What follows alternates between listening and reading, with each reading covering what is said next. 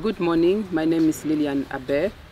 I am the current woman member of parliament for Kitgum district, but also the flag bearer for NRM for the same position in the election of 2026. I am very happy that I have finally concluded my election process, the campaign process.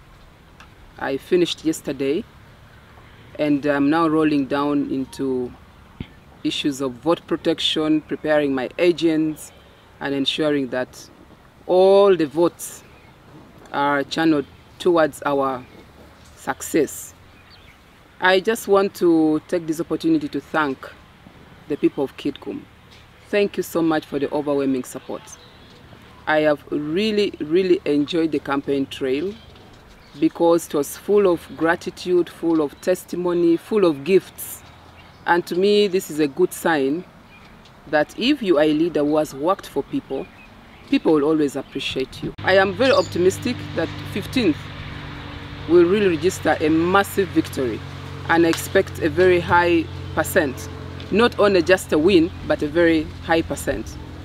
Of course, I am also very sure that the percentage for the president is going to double what we had before, because some of the questions that the communities were raising have already been answered, like the issues of the cattle compensation. That issue has been answered because the process has already started. And we also had to explain to the community, as people who are serving in the current government, the plans of government ahead in the next, after this election.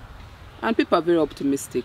So I'm very expectant of getting a very good percentage, both for the president and also for myself. But allow me say this.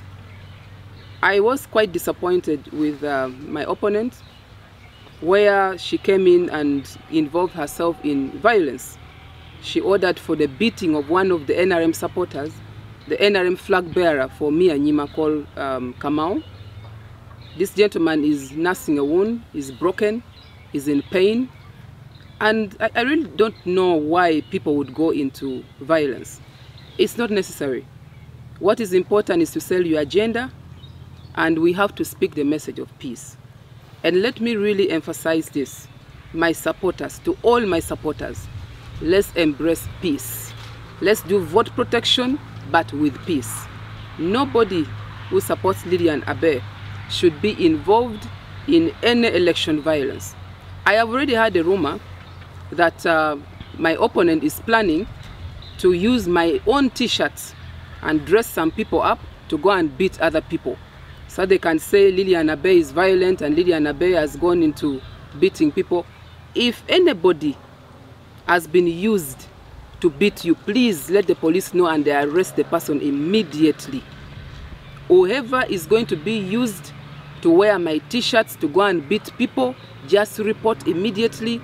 They will be arrested, because the law doesn't allow violence in an electoral process.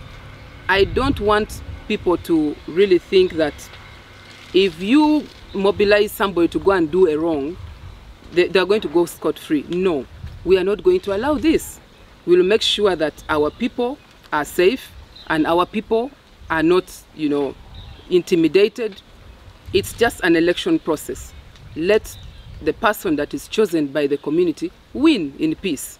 So I want to call upon the community, the local leaders, be very vigilant to monitor who is coming from outside your area, because we are going into the eve of election process. The bad mind people will always plan weird things, and they want to destroy and even involve the name of government, that government has done ABCD. Kitgum district, we don't embrace violence. We want to see peaceful election process, and I'm very sure that the security is well prepared to ensure that the whole entire process is peaceful. So if you go and mobilize any young person, the youth specifically, don't be used to go into election violence, because you will remain alone. You will face the law alone. The person who has mobilized you, the little money that you have been promised or given, will not be able to save you. Let's go into this process peacefully. It's just a game. Let people choose who they want, and that will be it. After 15th, life goes back to normal, how we have been living. So me, I just want to thank the entire team, the electoral commission team, for the fair play, the leveled ground for everybody. And I hope that that same leveled ground which was provided will also be still provided during declarations and all the entire election process. Now, there is information that has come in. We have been reliably informed that election materials will be transported to the sub-county headquarters tomorrow. I want to call upon my supporters and the local leaders to guard those election materials. Nobody should tamper with those election materials. You have to make sure you are very vigilant so that those materials are not tampered with by anybody. They should be intact the way they have been delivered.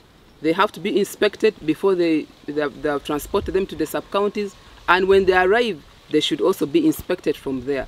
We don't want a case of somebody has been cheated. No, let people win on a fair, leveled ground. If you have lost, you've lost knowing that it was not your time.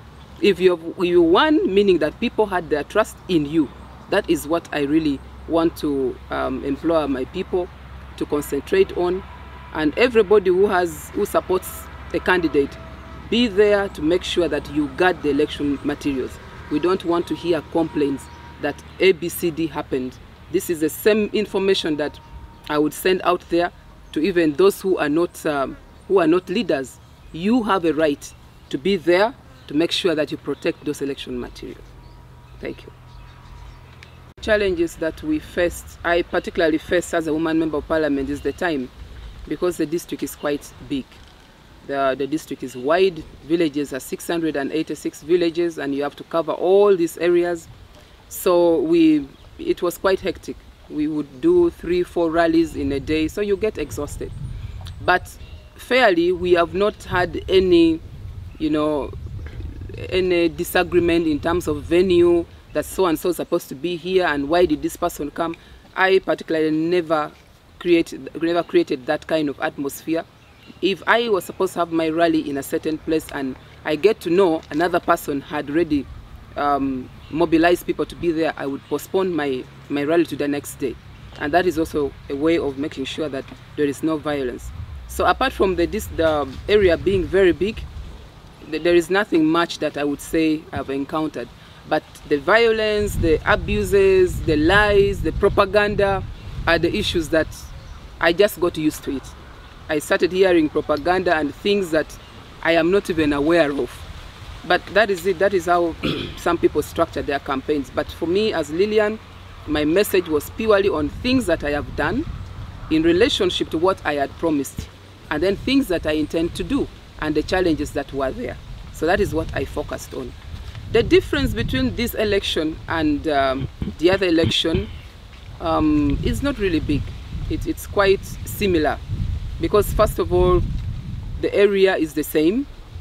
Maybe the only difference now is that the voting areas, the polling stations, have been increased, and this is quite very good because it will help our people.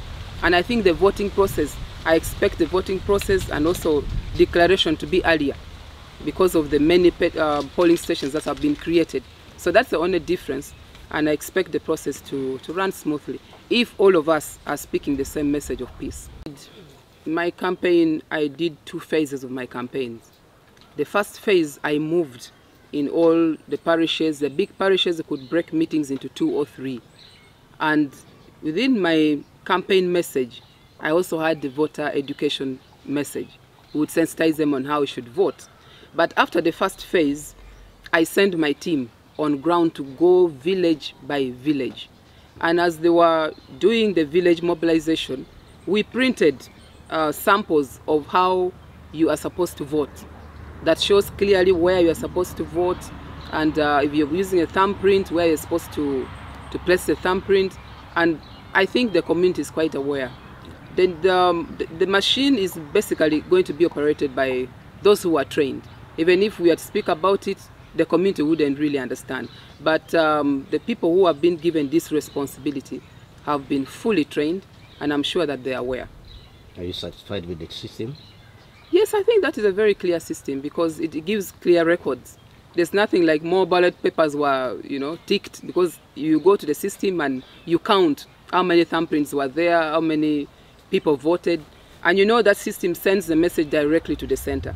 So this time round, if anybody had intentions to cheat elections, it's quite difficult. And I really don't think they should even try, because it will not be possible and you'll just be wasting your time and money. I reported this information to the RDC. I have also called the DPC.